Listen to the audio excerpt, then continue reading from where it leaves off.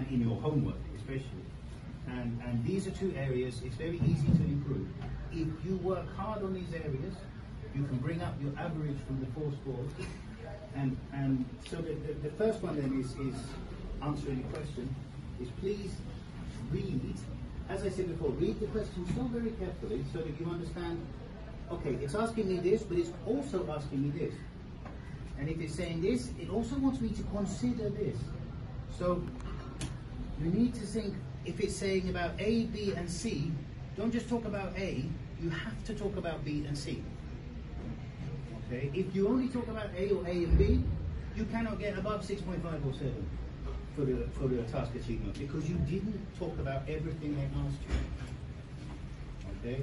So that's why it's so important to read the question carefully and think, okay, what does it want? What is the A thing it wants? What's the B thing it wants? What's the C thing it wants? And then you just need to think, okay, how do I talk about this? What am I going to say about A? And if I say in A, oh, in Nepal, everybody likes rice. Okay, fine. But you have to give a reason about why and what's the history and what's the connection to the culture and the things. You can't just say something and not explain why. So that's the other thing about answering a question, is always give your reasons. And remember, it's not a test of your knowledge of the world. You can invent your reasons, okay? The person checking the paper is not going to be like, oh, I don't think that's true. You know, then you can invent your reasons as long as you have the reasons for your arguments. So that's the first part, task achievement. You have to answer the elements of the question and answer with complete reasons. Coherence and cohesion is then just organizing that. And as you said, organizing the paragraphs especially. Yeah. Putting your ideas into paragraphs. Now people could do it differently.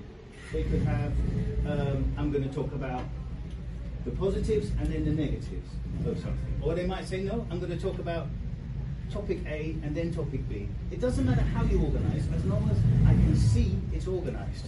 And it's not just everything coming out onto a page. Yeah? Thank you for your wonderful lesson feedback. I guess I have instructed more than 10,000 students throughout of my teaching career. Okay, in the same building.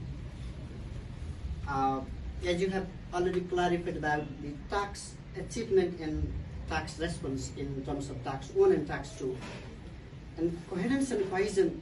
Now, the major problem that I find in students' writing is the coherence. You know, the logic they couldn't really develop at length.